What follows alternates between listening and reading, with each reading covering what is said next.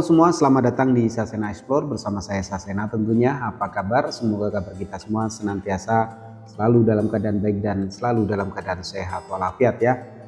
Oke, kembali ke kasus Vina. Setelah saksi Ismail, Purnomo, ya, Adi dan juga Oki, ini muncul saksi baru namanya Gary Lipe ya.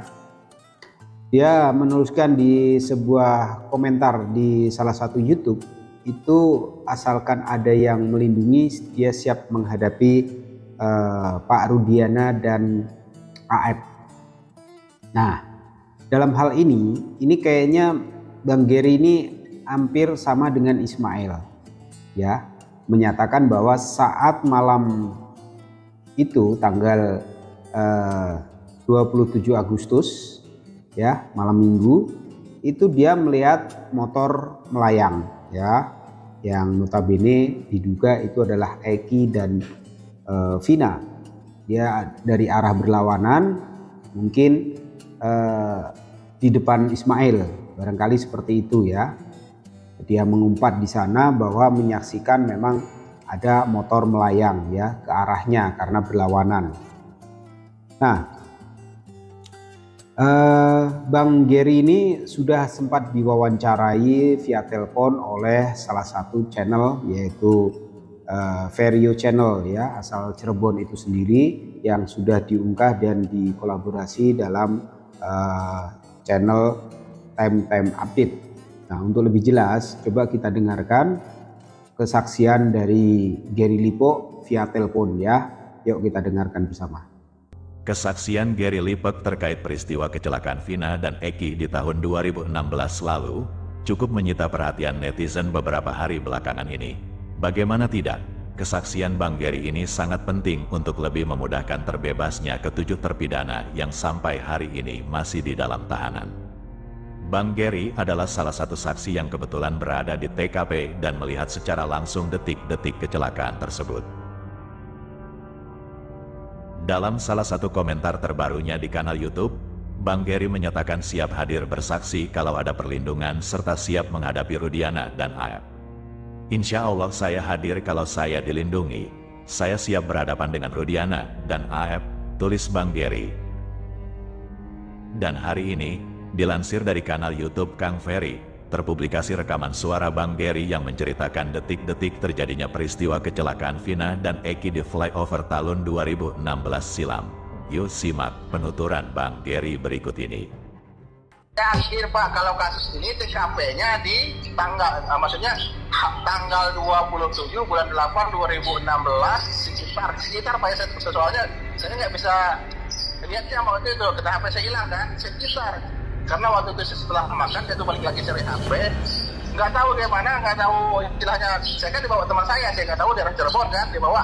Tahu-tahu kita naik ke atas dekat jembatan itu, saya tuh melihat langsung Pak bahwa dia itu, saya itu sempat ngomong kasar. Saya ngomong semua Pak, apa yang saya ngomong dengan Pak Ferry ya, saya ngomong kasar, goblok aja dari modal siang kan saya ngomongin Pak, sama dia.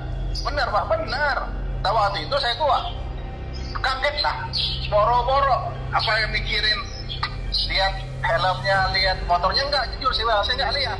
Yang saya lihat itu ciri khas jaket yang diikat di pinggang itu sebenarnya ada di yang nggak tahu diikat dari mana Pak ya. Saya jelasin semua Pak.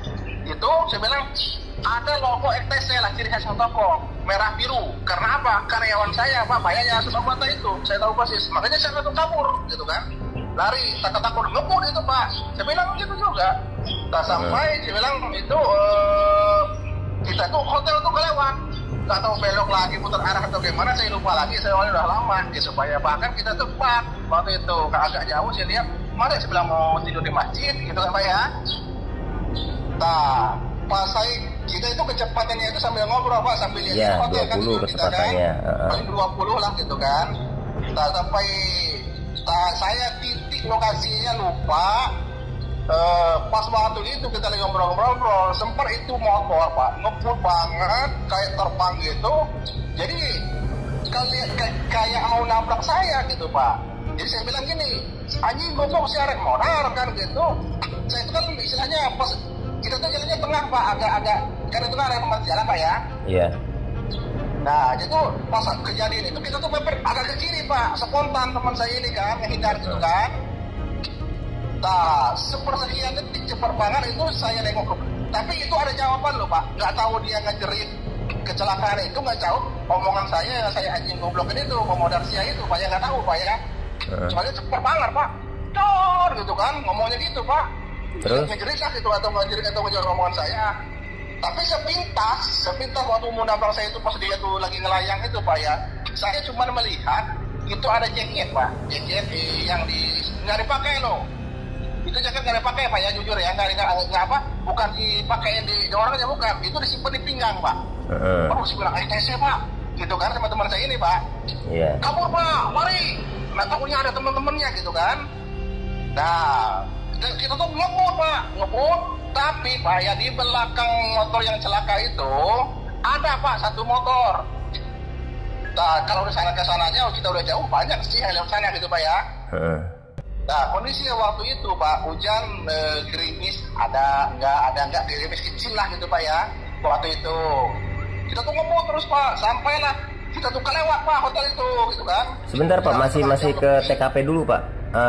Bapak iya masih di TKP dulu kan, dia kan terbang tuh, akhirnya dia Bapak sumpahin itu orang pengendara naik motor itu, lalu ada tabrakan kan di situ, tabrakan laka lantas, nabrak tiang atau nabrak apa kan. Nah, saya nggak lihat Pak. Berarti Bapak melihatnya itu kendaraan itu seolah terbang, jatuh, dan Bapak sempat berhenti berapa lama di tempat itu? Kita itu mepet ke kiri Pak, langsung refleks, teman saya refleks langsung kiri Pak, langsung ambil kiri. Saya itu nengok Pak. Iya nengok. Bapak berhenti nggak itu? Berhenti nggak? Lupa Pak, nggak tahu kita tuh jalan terus, nggak tahu berhenti, tapi itu tuh sempat nengok, lampu Pak, nggak tahu, saya kan tahu lampu, tahu jatuh kan? Lampu Pak, saya lihat tadi STC Pak, kabur lah kita Pak. Nah itu cerita saya berarti nggak berhenti ya Pak ya? Hanya jalan pelan lewat. Itu yang saya lihat waktu itu Pak. Iya. Saya tuh nggak lihat dia tuh nabrak tiang, nggak tahu istilahnya gimana. Tapi yang saya tahu itu dia tuh kondisi ngelayang terbang oleng gitu Pak ya. Dia tuh mepet ke arah trotoar dekat saya Pak. Yang perlawanan itu saya kan ke arah sana, di arah sini kan perlawanan lah kita tuh. Dia tuh jadi seolah kayak mau nabrak saya. Jadi saya tuh spontan Pak ngomong, anjing goblok sih arah motor kan gitu Pak ya. Jadi teman saya tuh mepet sini Pak ke arah kiri. Saya tuh nengok ke belakang kan. Saya tengok ke belakang ini, itu motor udah tergeletak Pak. Itu motor jujur. Sepintas saya lihat itu, dia tuh motor tuh langsung berhenti Pak. Dia tuh nggak gelusur atau gimana, biasa kecelakaan tuh enggak. Tuh gitu Pak ya. Saya lihat, soalnya kan sepintas Pak. Malum kita kaget, saya nengok gitu kan ke belakang, itu motor udah tergeletak Pak. Saya nggak lihat itu orang yang nabrak tiang atau apa, saya nggak lihat. Lalu Pak, warna motornya pun saya lupa, helmnya pun saya lupa. Yang saya lihat itu MTC Pak logo, itu aja. Ya. Lalu Pak ini apa namanya, untuk Ismail gimana Pak? Ismail kan ada di tempat juga. Nah ceritanya saya nengok gitu, itu pas jatuh Pak ya, saya lihat itu emang ada motor berhenti Pak di depan dia itu tepat persis. Nggak tahu motornya apa, tapi saya itu lihat lampu. Lampu Pak ya, yang mungkin jaraknya sekitar saya dari sana itu sekitar 10 meter lah Pak. Karena kita tuh sempat mepet ke kiri Pak ya, saya nengok ke belakang kan, ada motor Pak, benar. Makanya saya bilang itu Ismail di belakang saya itu. Makanya saya yakin itu Ismail itu 100% benar. Itu Ismail kayaknya gitu Pak ya, kayaknya. Tapi soalnya kita nggak tahu Pak. Takutnya orang ini Ismail udah direncanakan semua politik. Enggak, saya kenal Ismail mana. Tolong cek nomor saya, telepon saya yang pernah telepon Pak Deddy Mulyadi, pernah ditelepon Pak Peri kan sebelumnya kan? Iya. Nggak ada, Ismail nggak kenal siapa Pak Deddy Mulyadi, Pak Peri kan? Saya kan kerjaannya istilahnya tukang rosok cari Pak Peri Bangkur, pokoknya Pak Peri Bangkur bisa mengirim besi, apa urusan saya kan gitu? Iya. Saya tidak berkepentingan kok. Nah jujur ya itu aja. Ya saya begitu aja, intinya mah saya nggak mau mengada-ngada, nggak mau bicara apa yang nggak saya lihat Pak ya. Yang saya bicarakan yang saya lihat sedikit Pak. Kesaksian saya sedikit, itu aja.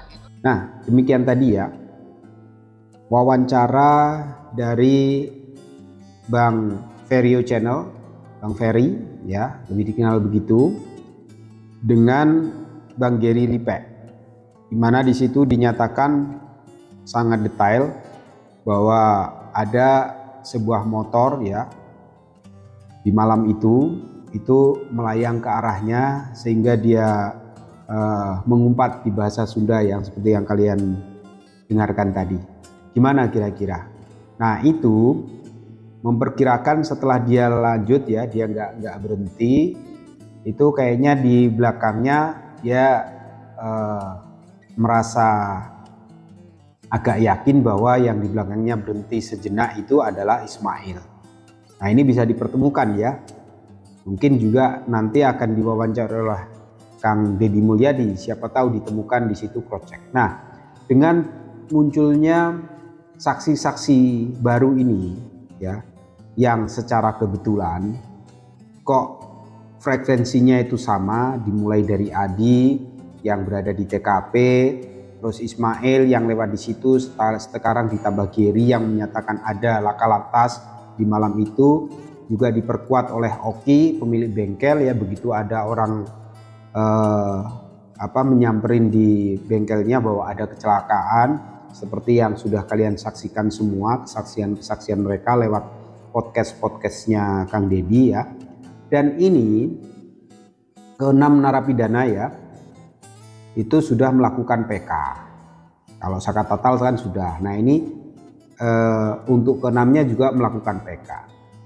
Ya, mudah-mudahan saksi-saksi baru ini dihadirkan dalam sidang PK nanti ya. Cuman yang diherankan, Sudirman kemana Sudirman? Ya, apakah diamankan? Ini buat senjata oknum aparat, kenapa susah ditemui bahkan oleh keluarganya ya, sampai meminta bantuan keluarganya ini ke Pak Kapolri, ke Menkumham dan juga ke Pak Jokowi. Nah, hari ini Menkumhamnya diganti. Mudah-mudahan ya Sudirmannya ada kejelasan. Nah, dari beberapa foto-foto yang beredar ya, dari pengacaranya, salah satu pengacaranya Sakat Tatal yaitu Bang Erdi Lau, yang di situ dia wawancara dengan salah satu channel itu menunjukkan bahwa Sudirman itu sekarang sudah enak, klimis ya, kinclong, banyak duit ya, tempat tidurnya bagus. Apakah memang diamankan untuk tidak dapat bertemu dengan keluarga dan lain sebagainya, untuk tidak mengajukan PK, sehingga masih ada satu kekuatan untuk memperberat para napi itu, karena memang kasus Vina ini ya, itu awal mulanya kan pengakuan dari Sudirman diperkuat oleh pengakuan AF dan juga DD serta Liga Akbar. Walaupun mereka tidak dihadirkan dalam persidangan, tapi toh kasus ini tetap bisa ingkrah, itu yang aneh. Mudah-mudahan sidang PK segera digelar agar kita tahu persis ya kebenarannya kayak apa. Apakah kasus ini sebenarnya memang laka lantas tunggal atau mengandung tindak pidana rajapati. Ya, dari saya itu, kalau kalian punya komentar, punya pendapat tentang saksi-saksi yang bermunculan ini sepertinya mengarah ke kasus laka lantas tunggal. Apalagi kalau dikaitkan dengan SMS Vina ke temannya Widi yang sudah diekstrasi, itu juga menunjukkan jam 10:14 malam ini Vina masih baik-baik saja. Ini ada sinkronisasinya. Dan alangkah baiknya nanti dalam peninjauan kembali ini semua HP ya, baik itu korban maupun narapidana, coba diekstrasi, kira-kira ada percakapan apa di sana. Mungkin di situ akan ditemukan petunjuk-petunjuk yang bisa membongkar kasus ini. Oke, yang benar tetaplah benar, yang salah tetaplah salah. Semoga kebenaran mencari jalannya sendiri. Terima kasih, see you next time, bye-bye.